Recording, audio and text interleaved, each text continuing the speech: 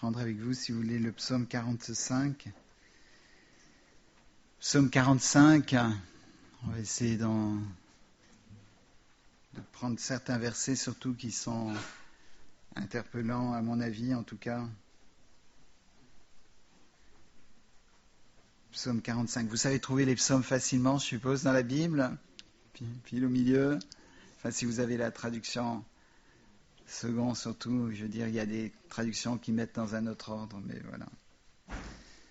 Et ça commence par des paroles pleines de charme bouillonnent dans mon cœur. Je dis mon œuvre est pour le roi, que ma langue soit comme la plume d'un habile écrivain. Il y a déjà tellement de choses à dire là-dessus. Premièrement, des paroles pleines de charme bouillonnent dans mon cœur. Il y a quelque chose qui bouillonne dans votre cœur. Sinon, on est éteint. Il y a des gens qui sont éteints parce que tout ce qui a commencé à bouillir a été refroidi, etc., amené à rien du tout. Ça s'est même quelquefois gelé et fixé sur place parce qu'il n'y avait pas de chaleur pour entretenir ce qui bouillait. Mais voilà, on a souvent quelque chose qui bout dans nos cœurs, presque forcément. À certains moments, quelque chose qui est là et qui veut sortir, n'est-ce pas ? Et l'expression, ça veut dire c'est ce qui sort quand on a fait pression, n'est-ce pas ? C'est ce qui sort de la personne. Et ce qui bout à l'intérieur va sortir à un moment donné. Vous avez ça avec les casseroles. Hein. Moi, je sais que le lait, ça se met à bouillir très vite et puis ça déborde surtout partout. Si c'est de l'eau, c'est pas grave, mais l'eau fait la même chose. Voilà, il y a donc quelque chose, une loi qui fait que quand ça bout, ça sort. Et ma question, c'est qu'est-ce qui bout à l'intérieur de votre vie ? Qu'est-ce qui sort de vous ? Qu'est-ce qui est en train de bouillir à l'intérieur ? Est-ce que vous êtes en train de dire, ça peut être des choses merveilleuses, hein ? Donc là, ici, on voit des paroles pleines de charme bouillonnent dans mon cœur. Mais ça peut être des paroles pleines de méchanceté. Ça peut être des paroles pleines de critiques, ça peut être des paroles pleines de moquerie qui bouent dans nos cœurs. Et peut-être vous le compressez, vous le gardez à l'intérieur, vous essayez de comprimer cela, n'est-ce pas, et de garder ça pour pas que ça se manifeste. Mais toujours est-il qu'il y a quelque chose qui est en train de bouillir dans votre cœur. Et il faut savoir ce que c'est. Et le Seigneur est favorable, n'est-ce pas, à ce qu'on soit bouillant, parce qu'il a dit à l'église de Laodicée, ce que je te reproche, c'est que tu es ni froid ni bouillant, tu es tiède. Et le fait qu'il y ait quelque chose de qui bout à l'intérieur, ça veut dire qu'on est en train de vivre, ça veut dire qu'on est en train de réagir, qu'on a quelque chose, et ça c'est quelque chose que le Seigneur veut, mais il veut que ce soit son esprit, son amour, sa bonté, sa présence, qui soit la cause de ce qui bout à l'intérieur de nos vies. Est-ce que c'est ça ce matin ? Ou est-ce que ce qui sort, c'est de la critique, de l'amertume, de la victimologie, c'est-à-dire je suis victime des reproches, de l'accusation, des paroles, oui, amères, des paroles négatives ? Ou est-ce qu'il y a la louange, la reconnaissance et la bonté ? Ici, il est question des paroles pleines de grâce. Ça veut dire pleines de charme. Ça veut dire qu'à l'intérieur de cette personne qui a écrit, il y avait le charme, il y avait des choses bonnes, des choses gentilles à dire. Et c'est ça qu'on doit se dire les uns les autres. Pas pour flatter la personne, pas pour essayer d'obtenir quelque chose en retour, pas pour manipuler la personne. Vous savez que si vous flattez la personne, à des moments précis, vous arrivez à la contrôler. Vous arrivez à faire en sorte qu'elle produise le comportement que vous voulez. Mais sans aucun esprit de manipulation. Juste ne pas pouvoir s'empêcher de dire du bien. Et quand ça vient pouvoir dire ça face à ses ennemis, face à ceux qui nous font du mal, face à ceux qui nous persécutent, pouvoir leur dire du bien et de dire mais je ne peux pas dire autre chose que du bien. C'est ça que ça doit être dans nos vies, parce qu'il y a quelque chose qui doit nous presser à l'intérieur, qui doit bouillir et qui doit faire sortir des choses. Dans 2 Corinthiens chapitre 5, l'apôtre Paul dit « L'amour de Dieu, l'amour de Christ nous presse ». Il est en train de dire « Nous sommes stressés ». Oui, nous sommes stressés mais par l'amour de Christ, qui fait pression, qui nous pousse à faire les choses, à faire des œuvres. Mon œuvre est pour le roi. Qu'est-ce que c'est, mon œuvre? Mon œuvre, c'est tout ce que je fais, tout ce que je dis. On a mal compris, comme l'a dit Étienne lors de l'étude biblique à plusieurs reprises, sur l'étude de Jacques. On a mal compris l'épître de Jacques. Pourtant, c'est si clair. Jacques est tout simplement en train de dire que les œuvres résultent de l'Esprit de Dieu qui est à l'intérieur, qui nous fait produire ces œuvres. Et ces œuvres sont quoi? On a toujours l'idée que les œuvres, c'est être responsable de tel domaine dans l'Église. C'est de pouvoir faire quelque chose de concret, n'est-ce pas? On remarquera que souvent, les choses concrètes pour lesquelles on a de l'aspiration, dans la liste, il n'y a pas souvent le ménage. Il y en a qui l'ont, et ça c'est de la grâce de Dieu. Mais souvent dans les listes, c'est « je me verrais bien responsable de ce domaine-là. Ça c'est mon truc, c'est mon domaine, j'arrive bien. » Puis Billy Graham est décédé, donc je me verrais bien le remplacer. Avoir le même ministère que lui pour le remplacer. On a toujours des grandes visions sur ça. Parce qu'il y a quelque chose d'autre qui presse à l'intérieur, c'est l'orgueil, c'est l'égocentrisme, c'est le moi qui est en train de presser pour s'exprimer. Mais si c'est l'Esprit de Dieu qui nous pousse, il y a quelque chose qui sort et qui doit s'exprimer, qui va s'exprimer dans la louange, dans l'adoration, dans les paroles qui élèvent. Daniel Scherer me disait que toujours il avait observé que Norman et Jenny élèvent les personnes. Ils ne vont pas donner une parole de reproche, d'abaissement. Ils ne vont pas faire en sorte que vous soyez encore plus par terre quand vous les avez quittés. Vous êtes relevés. Jésus, prenez la main, lève-toi et marche. Il relève la personne. Systématiquement, le diable abaisse les personnes. La condition humaine, la condition des femmes a été abaissée par le péché des hommes, pas par l'Évangile. L'Évangile de Dieu honore les femmes, honore les hommes. Mais c'est le péché qui dégrade.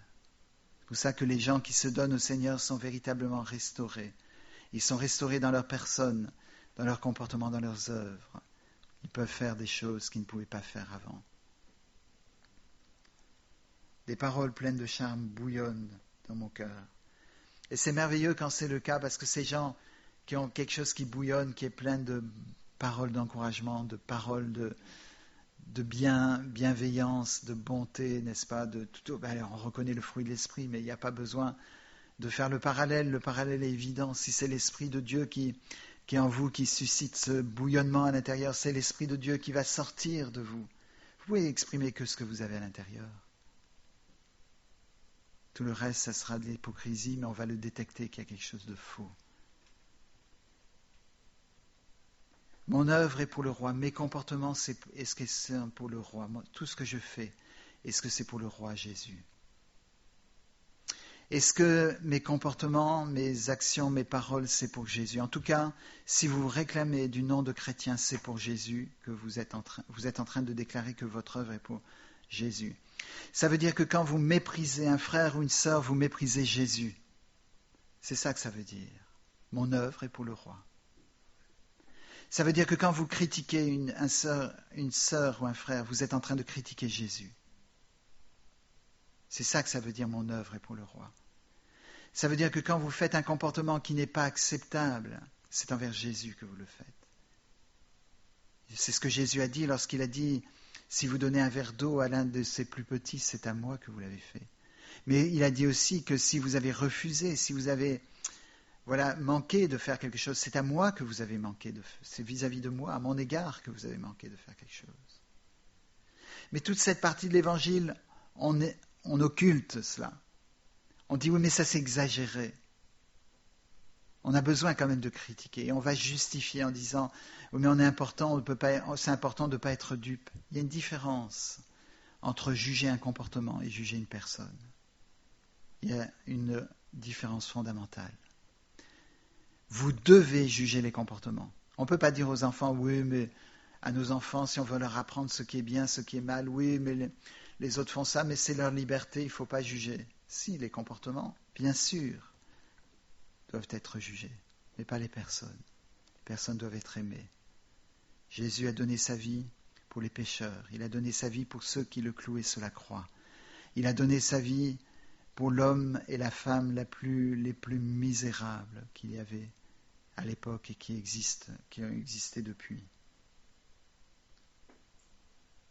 Mon œuvre est pour le roi. Tout ce que vous faites, est-ce que c'est pour le roi? Alors d'une certaine façon, c'est une vérité absolue que votre œuvre est pour le roi.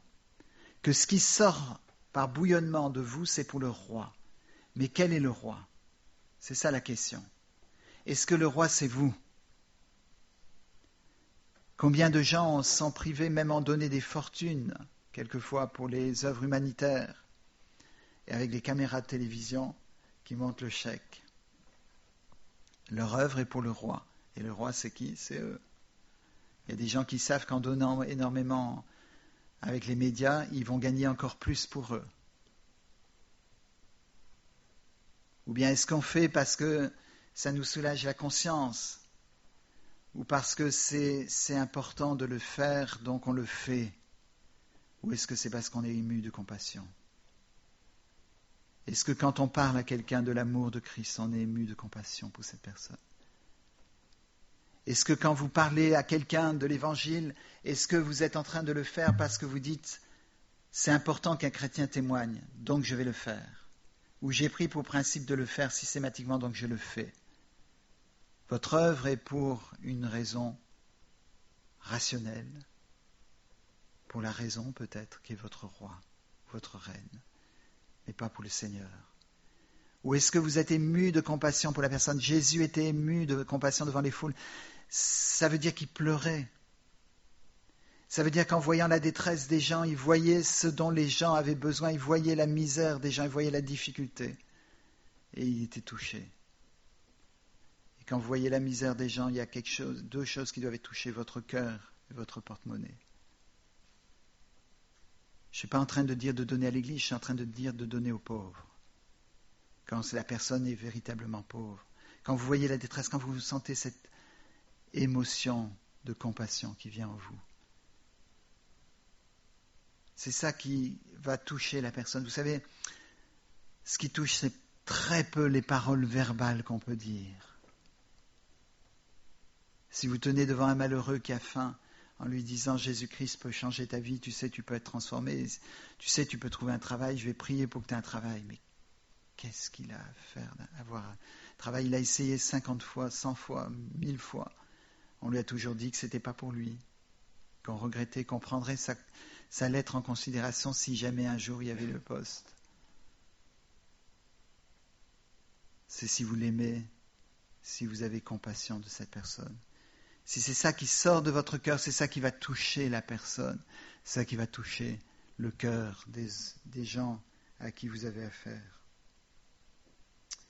Mais notre vie, c'est une œuvre. Alors, le monde change et c'est dramatique. On cultive la perte de la biodiversité. Bien sûr, les scientifiques sont en train de dire qu'il faut rétablir la biodiversité, mais comment voulez-vous, quand on l'a détruite pendant des siècles et des décennies, surtout les décennies de la science, qui a détruit la biodiversité. Pourquoi dire on va tout reconstruire maintenant? Ça me fait vraiment penser aux hommes qui, sous le coup de la colère, souvent sous le coup de l'alcool aussi, cassent la maison, cassent tous les meubles, les bibelots, les choses comme ça. Et après, pour calmer, ils disent « Ah, mais je vais tout réparer. » On est juste pareil. On a tout détruit, on veut détruire. On veut rétablir après. On essaye de tout rendre pareil, n'est-ce pas? Tous les gens pareils, tous les gens, hommes, femmes aussi, diminuer les différences, même physiques, etc. Tout pareil. Plus de diversité. Et on évolue vers ce genre de choses. On évolue vers les tableaux de peinture qui sont des horreurs et qu'on vend ça à des dizaines de milliers d'euros ou des centaines de milliers d'euros ou des millions d'euros. Et quelquefois je me dis mais c'est une blague ou quoi? On vous dit, ah mais c'est parce que vous ne comprenez pas l'art. Il y a un secret derrière qui vous échappe. Il n'y a rien qui vous échappe. Il y a quelque chose qui échappe à ces gens, c'est le bon sens. Jadis, on appelait Léonard de Vinci des artistes. Raphaël, des gens qui étaient des gens extraordinaires, qui pouvaient faire des choses que personne d'autre pouvait faire. Et ça sont des artistes. Mais vous savez que de votre vie, Dieu veut faire un tableau d'art. Et ça sera un tableau de grand art. Ça ne sera pas comme le truc que j'ai vu à Londres, qu'on a vu à Londres. C'était des dollars rouges. C'est important, je pense, le rouge. Attention, si ça avait été vert, ça aurait été moins cher, je pense. Rouge, il y avait 4 dollars sur un tableau, quelque chose comme ça. C'était 15 000 livres. Si vous êtes intéressé, je peux vous dire où c'était à Londres, si vous voulez aller chercher. Et des œuvres de grands peintres du XVIIe qui sont vendues à quelques milliers d'euros seulement. C'était des chefs-d'œuvre extraordinaires. Mais ce que Dieu fait de votre vie, c'est une œuvre d'art. Il veut en faire une œuvre d'art. Il veut faire quelque chose de beau. Il veut faire quelque chose de votre vie qui va toucher les... Est-ce que ce n'est pas ça que vous avez envie? Ou est-ce que vous voulez être un tableau comme des dollars, 4 dollars, représenter le symbole du dollar? Voilà. C'est à peu près même pas le prix que j'aurais mis pour le tableau. Mais est-ce que vous voulez être comme ça ou est-ce que vous voulez être une œuvre d'art? Que le Seigneur a travaillé, que le Seigneur a fait pour que le monde puisse dire c'est beau. Pas vous qui êtes beau, mais pour qu'il voit le Seigneur, n'est-ce pas, la beauté de l'artiste. Le tableau, il est beau, mais on voit l'artiste, d'accord, qui est derrière. C'est l'artiste qu'on admire. Est-ce que nous sommes l'œuvre de grand artiste, Jésus-Christ? Est-ce que c'est Jésus-Christ qui a travaillé nos vies? Est-ce que les gens peuvent dire c'est beau? Qui est-ce qui a fait ça? Qui est-ce qui t'a fait comme ça? Et vous pouvez dire c'est Jésus. Et ce qui va toucher les gens, c'est quand vous pouvez bénir vos ennemis.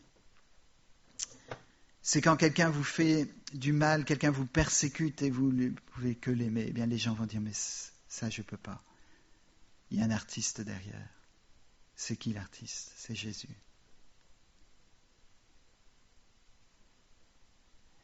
Le Seigneur fait des choses belles, il fait des beaux tableaux. Mais il y a des choses importantes à savoir sur ça. Il y a un peintre du XVIIe que j'aime beaucoup parce qu'il est hollandais. Les Hollandais faisaient des tableaux qui sont vraiment loin des tableaux italiens au niveau de la splendeur.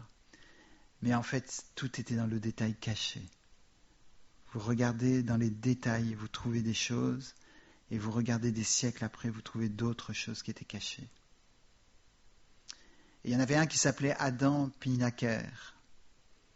Et ce Adam Pinaker, son tableau, un de ses tableaux, a été vendu récemment pour une bouchée de pain. On n'avait pas vu que c'était signé Adam Pinaker.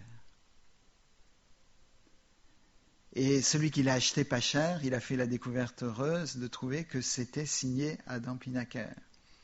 Et donc il a pu revendre, mais je ne sais pas combien de fois plus le prix. Mais faites attention parce que c'est une réalité, la spirituelle. La signature de Dieu, est-ce qu'elle est sur votre vie? Est-ce qu'elle est visible? Elle doit rester visible. Avec le temps, il risque d'avoir une disparition, un effacement de la signature de Dieu sur votre vie. Il risque d'avoir un effacement des détails qui étaient si beaux. Et finalement, le tableau que Dieu avait créé est un tableau qui devient banal, qu'on achèterait pour pas trop cher. Est-ce que vous avez laissé le temps user la signature et l'acte, l'œuvre de Dieu? Ou est-ce que cette œuvre vient du roi des rois? Et vous pouvez dire, mon œuvre est pour le roi. Parce que ce n'est pas moi qui l'ai faite, c'est lui qui l'a faite. Que le Seigneur nous protège d'avoir cet effacement, cette signature. C'est le premier avertissement. Le temps fait ça. On a besoin de réactiver, on a besoin d'aller voir l'artiste et de dire, voilà, rafraîchis le tableau. Il n'y a que toi qui peux le faire. Il n'y a que toi qui sais où les détails sont faits. Il n'y a que toi qui sais où tu as caché la signature, au cas où la première se perdrait. et qu'on dise que c'est pendant ton vivant, qu'on dise que c'est le tableau d'un autre. Tu peux venir et dire non, regardez là, c'était caché. Il y a un autre avertissement, ce sont les faussaires. Il y a un couple qui a fait fortune pendant des années. Ils ont imité à la perfection des œuvres d'art qui étaient perdues. Ils ont fait des copies en travaillant pour que ça semble être du vieux alors que c'était du neuf, etc. Et ils ont vendu ces tableaux à des millions et des millions d'euros. Mais ils ont été surpris. Et ils doivent passer maintenant des années, à mon avis, en prison pour payer les millions et millions d'euros qu'ils ont roulés aux gens. Mais il y a des gens qui font des copies de vie spirituelle, de l'œuvre de Dieu, qui font des copies très très bonnes et qui disent voilà l'œuvre de Dieu. Il y a des ministères qui sont comme ça construits. On dit c'est magnifique. Ça c'est le ministère qui vient de Dieu, c'est signé de Dieu, ça se voit tout de suite. D'ailleurs on le voit là, regardez, c'est écrit. Mais c'est les faussaires. C'est faux. La personne qui vend le tableau le sait. La personne qui a fait l'œuvre le sait. Mais elle fait croire aux autres que ça vient de Dieu. Que jamais nous soyons l'œuvre d'un faussaire. Que jamais nous soyons l'œuvre de nous-mêmes qui avons essayé de faire passer pour Dieu des choses que nous avons faites nous-mêmes en copiant le mieux possible. On peut copier la vie chrétienne. On peut faire semblant pendant un temps, mais il y a un jour où ça sera découvert. Il y a un jour où les choses qui ont été cachées vont apparaître et où la réalité se manifeste. Il y a ceux qui ont changé la signature. Il y a des gens qui ont pris des tableaux, et c'était surtout à l'époque où ce n'était pas connu vraiment, les tableaux d'artistes, ils les ont volés par exemple, et ils ont mis leur signature. Je n'ai pas d'exemple concret nécessairement, mais je pense avoir lu que c'est arrivé. Ils ont mis leur signature.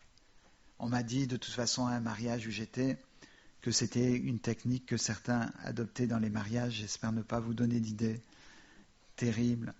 Ils viennent avec leur carte de visite et puis ils vont choisir la plus belle présentation de plantes qui a été offerte ou de fleurs qui a été offerte pour les mariés. Ils enlèvent discrètement l'étiquette qui a été mise, ils agrafent la leur et ils passent comme ça.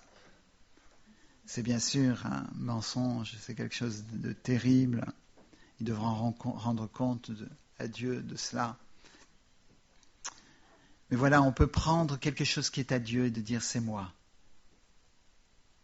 Vous comprenez ? Et ça c'est très dangereux.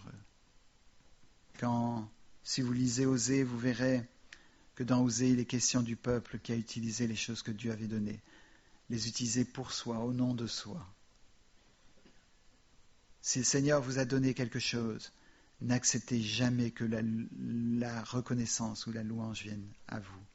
C'est au Seigneur qu'il faut donner la gloire. C'est lui qui en est l'auteur. C'est lui qui est l'artiste, qui fait de votre vie une œuvre de grande valeur, une œuvre d'art.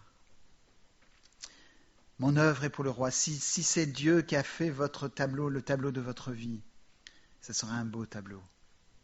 Et ce tableau, vous allez dire, voilà, c'est l'œuvre du roi, et cette œuvre, c'est mon œuvre, c'est moi, mais c'est pour le roi. Et ça revient au roi des rois. Pour rementionner Billy Graham, jamais de son ministère, n'a accepté la moindre louange attribuée à lui. Yves Maurusi, pour ceux qui sont très jeunes comme moi, mais moins jeunes que certains autres jeunes, qui sont trop jeunes, a interviewé pendant longtemps Billy Graham dans les années 80. Et il a essayé de le piéger là-dessus. Il a dit, mais vous êtes quand même doué. Vous savez capter les foules. Billy Graham a toujours dit, c'est pas moi, c'est l'Esprit de Dieu, c'est Dieu qui en est l'auteur. Alors Yves Maurusi a essayé sur un autre plan d'attaque. Et toujours, la gloire a été recentrée sur Jésus. C'est pour ça qu'il a pu amener des âmes au Seigneur pendant son ministère. C'est pour ça que des gens peuvent témoigner sur la terre en grand nombre qu'ils ont entendu pour la première fois l'évangile prêché avec puissance par cet homme. Mais quand quelqu'un commence à dire « peut-être c'est vrai qu'il y a un peu de moi quand même », ou « j'ai fait beaucoup d'efforts, j'ai prié beaucoup », quand vous dites ça, vous êtes en danger. Quand quelqu'un vous dit « voilà, j'ai une bénédiction dans ma vie, j'ai reçu ça qui s'est passé, ah mais j'ai prié pour toi ». C'est bien de le dire dans certains cas, pourvu que la gloire revienne à Dieu, mais il y a toujours un danger de dire « ah, si tu as été béni, c'est parce que j'ai prié. Si je prie, Dieu écoute, bien sûr. Toi, tu as prié avant, mais ça ne marchait pas. » Que le Seigneur nous aide à donner la gloire à Dieu. Mon œuvre est pour le roi. Le verset 3, vous voyez comment Dieu est bon. Tu es le plus beau des fils de l'homme. Vous savez qu'il vous dit ça aussi? Aux femmes, il dit tu es la plus belle des filles des hommes. Parce que Dieu nous voit beaux. La beauté est strictement culturelle. Le sens de la beauté, il faut lire un tout petit peu, il faut voir la description d'une femme qui est belle dans certaines cultures ou à certaines époques. Ça vous ferait rire. Ça vous ferait rire. Pourquoi ça vous ferait rire? Parce que vous allez dire, bon, c'est pas beau ça. Mais qu'est-ce qui vous a dit que vos critères sont les bons? La beauté est culturelle. Et Dieu nous voit beaux quand il voit que c'est une œuvre qu'il a faite. Quand il reconnaît que lorsqu'il a dit « faisons l'homme à notre image », eh bien, la personne ressemble à l'image de Christ. Il va dire « tu es le plus beau des fils de l'homme, tu es la plus belle des filles de l'homme ». Et voyez les paroles qu'il dit. Il dit pas « t'es moche ». Combien de pères ont dit ça à leurs filles? Et c'est fini pour la vie. C'est fini pour la vie, pas parce qu'elles disent « je décide donc parce qu'il m'a dit ça ». Non, non, non. C'est que ça reste là toute la vie. Et probablement même en étant Alzheimer, si elles le deviennent, elles n'oublieront pas ça. Dieu dit « tu es beau, tu es belle, je t'aime, ne crains rien ». Les paroles sont rassurantes, c'est des paroles qui élèvent. Mais c'est parce qu'il a beaucoup d'estime. Il sait la valeur que ça a. Vous savez, quand c'est un tableau, on met des gants pour le prendre. On ne le met pas à n'importe quelle lumière. On en prend un grand soin, n'est-ce pas? On n'appelle pas une entreprise de déménageurs en disant, voilà, ce tableau-là, vous l'amenez là-bas. On en prend grand soin. Est-ce que c'est comme ça que vous traitez vos proches? Est-ce que c'est comme ça que vous traitez vos frères et vos sœurs, en mettant des gants pour ne pas leur faire du mal, pour ne pas défaire l'œuvre que Dieu a fait? Est-ce que vous êtes conscient de la grande valeur que votre frère, que votre sœur a?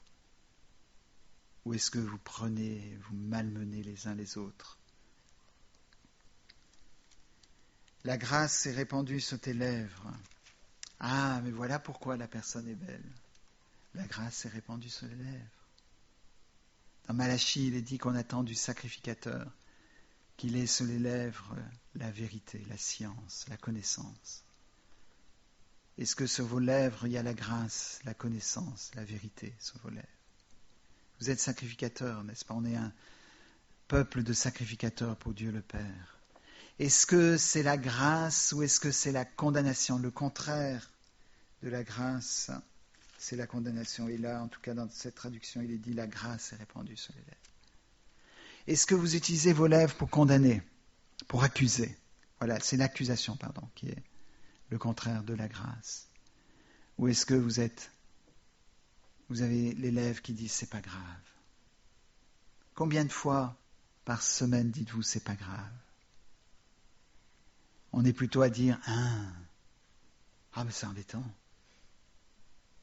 Alors que c'est pas grave du tout. Il y a des gens qui, même s'ils perdaient des sommes énormes, diraient c'est pas grave. C'est pas l'essentiel. Ça, c'est la grâce, n'est-ce pas? C'est pourquoi Dieu t'a béni pour toujours. Et ça, c'est, si vous êtes gracieux envers les autres, Dieu sera gracieux envers vous. Si vous êtes bon envers les autres, Dieu sera bon envers vous. Bien sûr que Dieu est bon envers tout le monde. Mais Dieu aussi sait établir à l'échelle qu'on a utilisée, il l'utilisera pour nous. Si vous pardonnez, il vous sera pardonné. N'est-ce pas? Si vous ne pardonnez pas, il ne vous sera pas pardonné. Mais comment ne pas pardonner? Ou dire, Seigneur, je n'y arrive pas, mais je te supplie. Si vous dites ça, je te supplie, je veux pardonner. Parce que je veux être pardonné. Eh bien, le Seigneur va régler ce problème. Mais des gens qui gardent dans leur cœur un problème pendant toute leur vie, parce qu'ils disent, ça, non, ça, j'étais victime, et je peux vous démontrer. Et ils ont raison, ils sont victimes. Ils sont victimes de la chose qui s'est passée au moment où ça s'est passé, mais ils sont coupables de toute une vie de rancune, de rancœur, d'amertume et de manque de pardon. Et s'ils n'ont pas pardonné, il ne sera pas pardonné, il ne leur sera pas pardonné.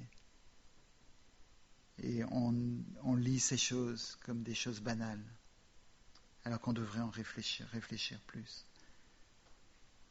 Mais j'aimerais juste terminer sur 2 points. Le verset 4, « Vaillant guerrier, ceins ton épée, ta parure et ta gloire. » Il s'adresse à cette personne pleine de grâce, il lui dit, « Ceins ton épée. » Et là, on voit deux éléments de l'armure de Christ.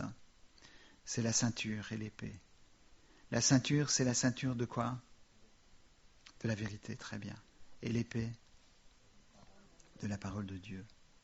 Ta parole est la vérité. C'est normal, parce que si je mets l'épée de Dieu dans la ceinture, sur la ceinture, elle est bien sûr, elle est basée, elle est accrochée à la vérité, elle est intimement liée à la vérité, évidemment.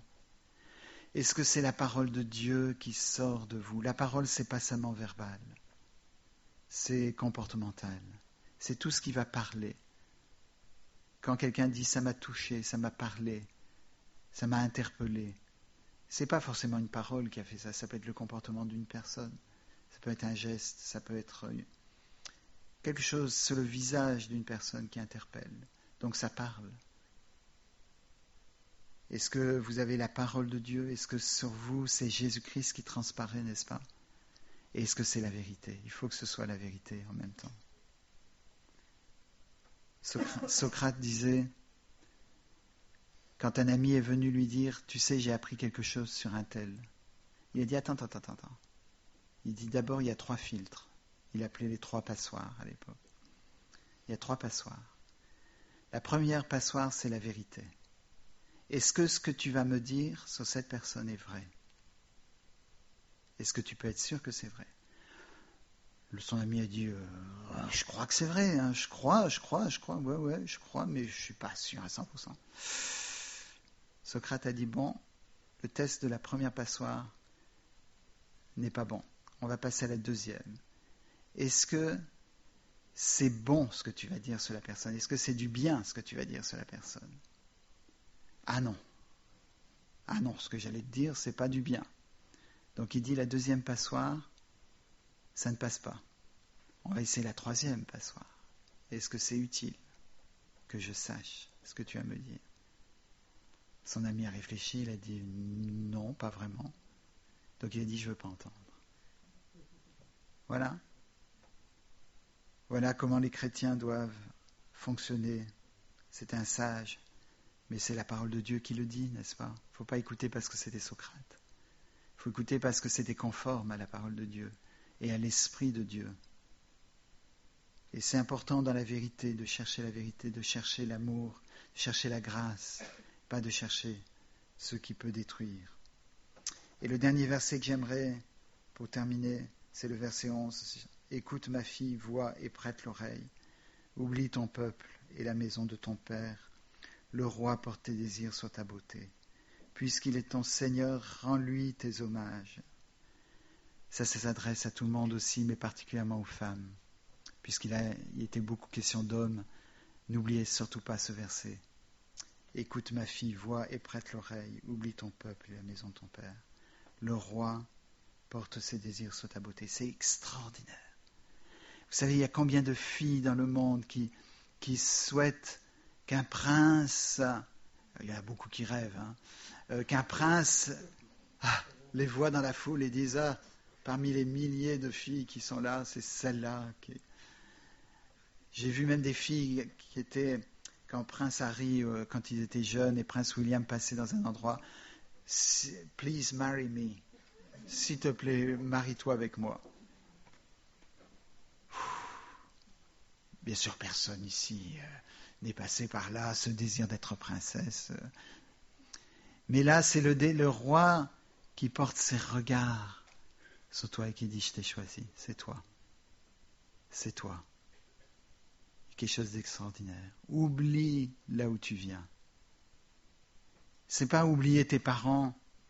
Car ceux qui utilisent ces versets pour dire j'ai compris, je dois me casser de chez moi, etc. C'est des gens qui utilisent la parole de Dieu pour faire leur propre volonté.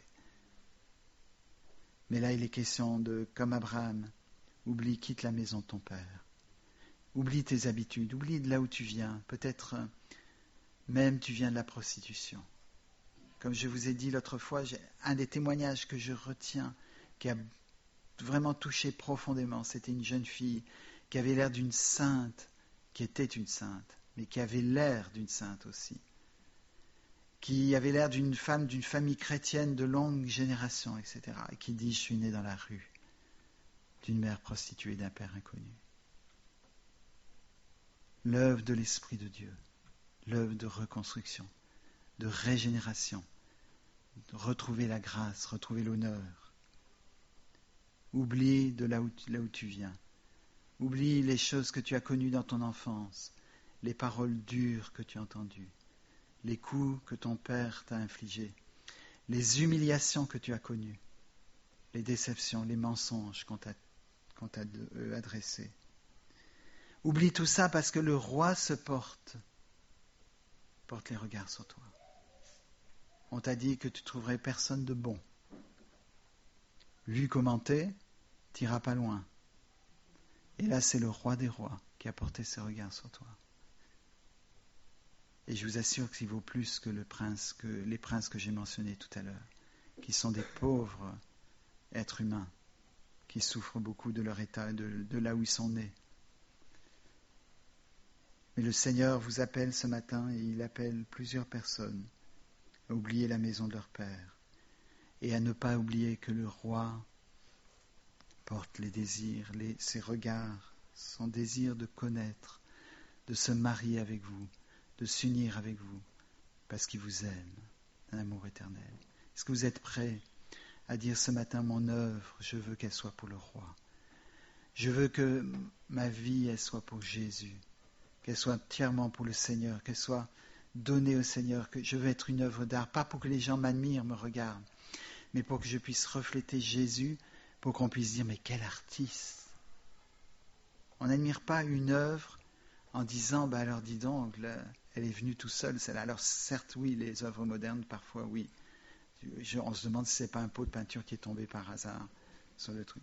Mais quand vous voyez les œuvres des grands peintres de l'histoire, vous dites, mais c'est incroyable, l'artiste, il est incroyable. C'est ce que renvoie le tableau. Le tableau renvoie à l'artiste. Est-ce que c'est ça votre vie? Est-ce que vous êtes prêts à ce que le Seigneur puisse porter les regards sur vous et dire, oui Seigneur, j'oublie tout mon passé. J'oublie mon présent et j'oublie mon futur parce que je veux me donner à toi. Amen. Faites-le dans votre cœur, maintenant dans le silence, devant le Seigneur, de dire, Seigneur, je veux que ma vie soit ton tableau. On laisse quelques minutes de silence et pendant ce temps-là, si vous avez à cœur, dans votre cœur en silence, de le faire, faites-le du plus profond de votre cœur.